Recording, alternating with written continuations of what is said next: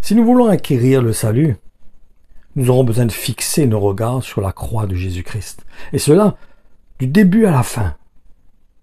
Et on vous encourage à lire pour cela, dans l'Épître aux Hébreux au chapitre 9, les versets 27 et 28, qui nous dit « Il est dans la destinée de tout homme de mourir une seule fois, après quoi il sera jugé par Dieu.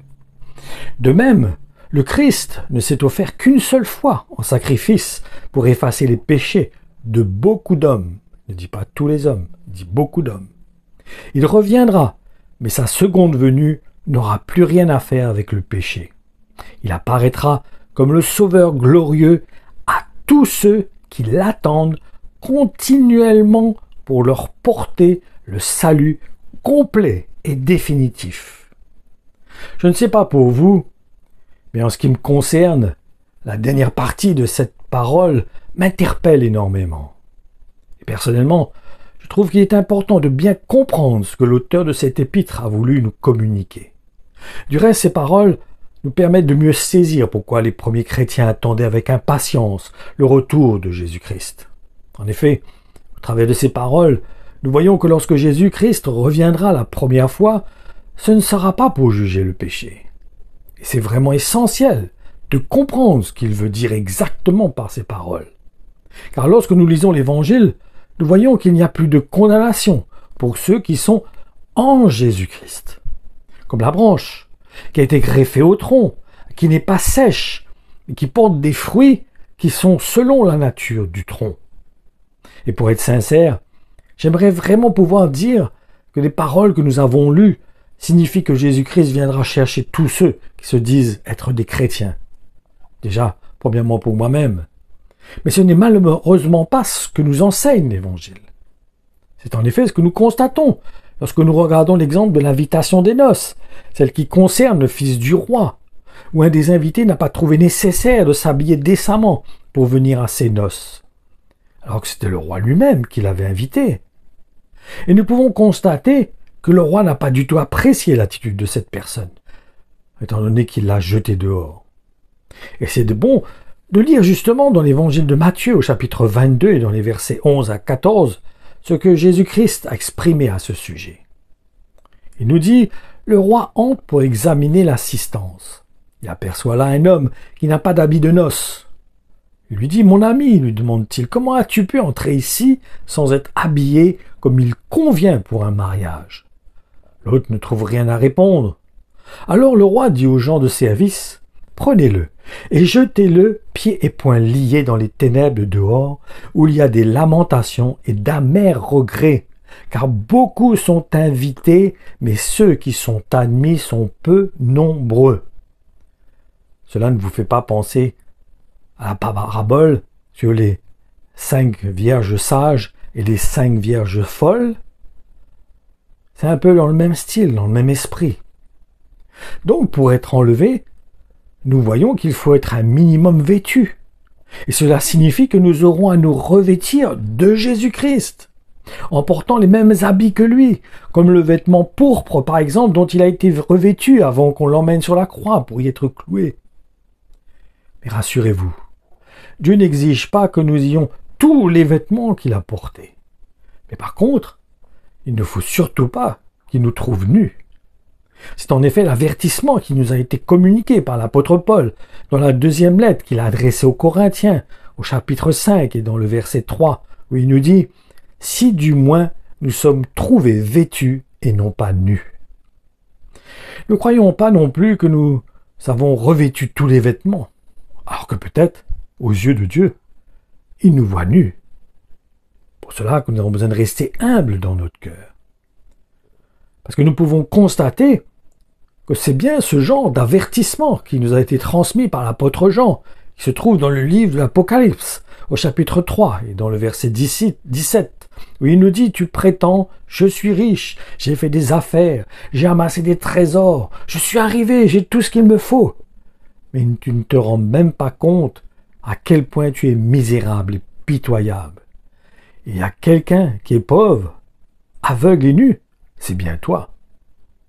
Donc, même si Dieu ne nous demande pas d'avoir tous les vêtements qui étaient dans le dressing, entre parenthèses, de Jésus-Christ, nous devons malgré tout faire attention de ne pas être trouvés nus, ou d'avoir gardé nos anciens vêtements, c'est pareil.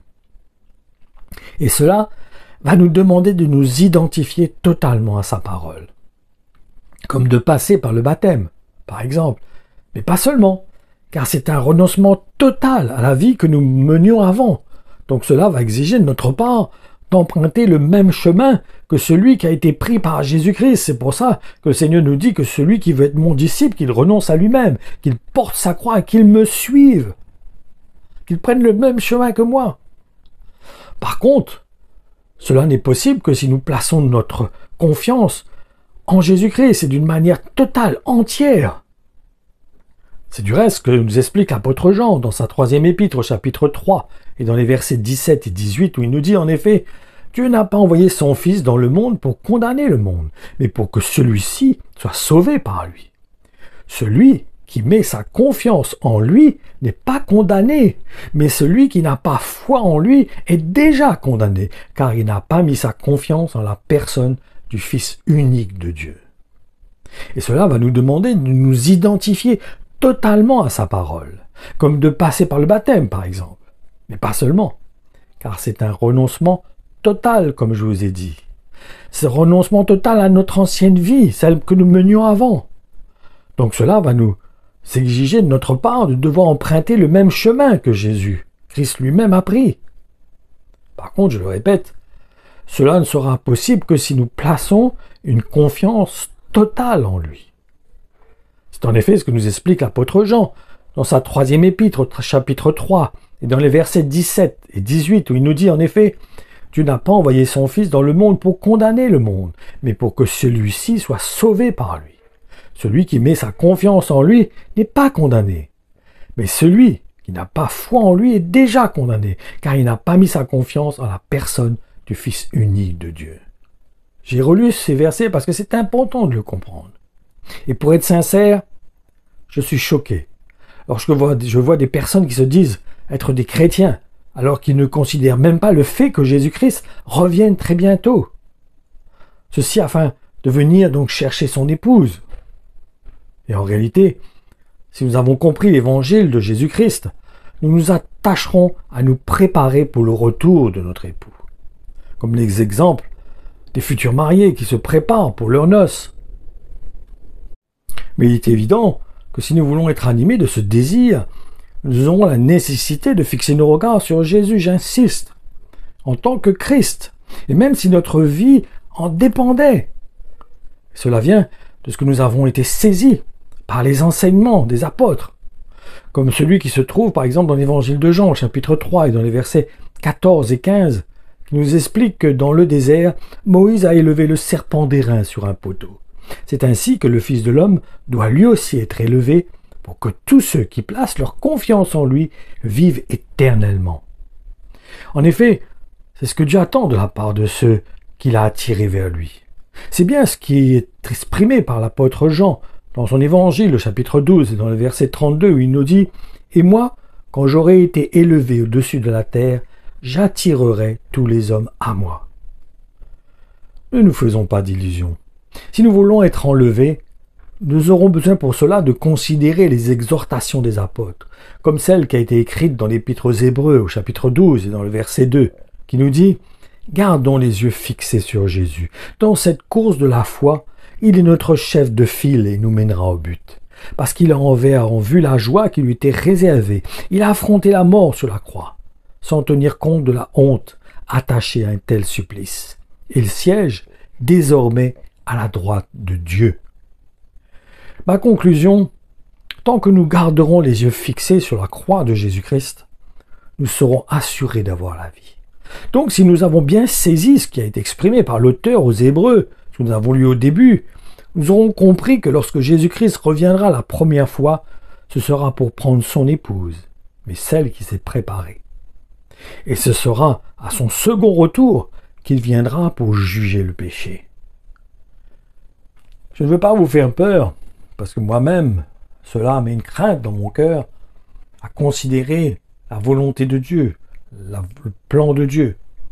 Et cela m'emmène, moi-même, à briser mon cœur devant le Seigneur, à m'humilier devant le Seigneur et à chercher sa grâce pour porter ma croix, pour prendre le chemin avec lui, m'identifier pleinement à lui et laisser sa parole me convaincre, laisser sa parole me transformer, laisser son esprit en moi faire son œuvre dans mon cœur pour m'emmener à être cette épouse, pour m'emmener à être cette vierge sage qui prépare son huile.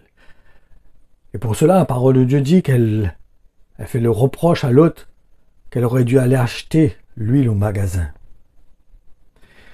Moi-même, je réalise que j'ai besoin d'acheter cette huile sans me relâcher. On ne peut pas dire qu'on va acheter une fois et puis que c'est fini. Non, on a besoin de l'acheter régulièrement.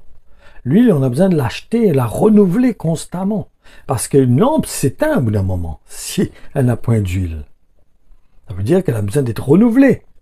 Parce qu'elle consomme cette huile au fur du temps. Donc elle a besoin d'être remplie. Donc c'est à nous de renouveler notre cœur pour que nous soyons toujours dans cette disposition de cœur que nous avions lorsque nous avons décidé de nous identifier à Jésus-Christ par les eaux du baptême et que ce zèle soit toujours présent dans notre cœur. C'est la parole qui fait cela. C'est l'évangile qui produit ce désir en nous. Mais un évangile qui soit pur, un évangile qui soit le même que ceux que les apôtres ont communiqué. Pas un évangile frelaté, amélioré, aménagé, pour ne pas heurter les consciences, pour ne pas blesser les consciences. Si c'est cet évangile-là, nous ne trompons pas, nous allons dormir et nous allons reconnaître cela dans le fait que nous n'aurons pas envie de prier, nous n'aurons pas envie de lire la parole de Dieu. Parce que l'Esprit de Dieu en nous est étouffé par les soucis du monde. Gardons les regards sur la croix de Jésus-Christ. Car Jésus-Christ a tout accompli. C'est lui qui produit en nous le vouloir et le faire. Mais ça ne doit pas être un langage. Ça doit être une vie en nous. Un zèle qui nous saisit. Un feu qui nous brûle. Le Seigneur vous encourage à vous attacher à lui. À garder les regards sur lui. Et que nous puissions nous encourager mutuellement. À travers la parole. En communiquant la parole telle que les apôtres l'ont communiquée. Afin que ce zèle dans nos cœurs reste intact, afin que ce feu ne s'éteint point. Car le Seigneur dit qu'il n'éteint point le petit lumignon qui fume. Il ne brise pas le roseau qui est plié.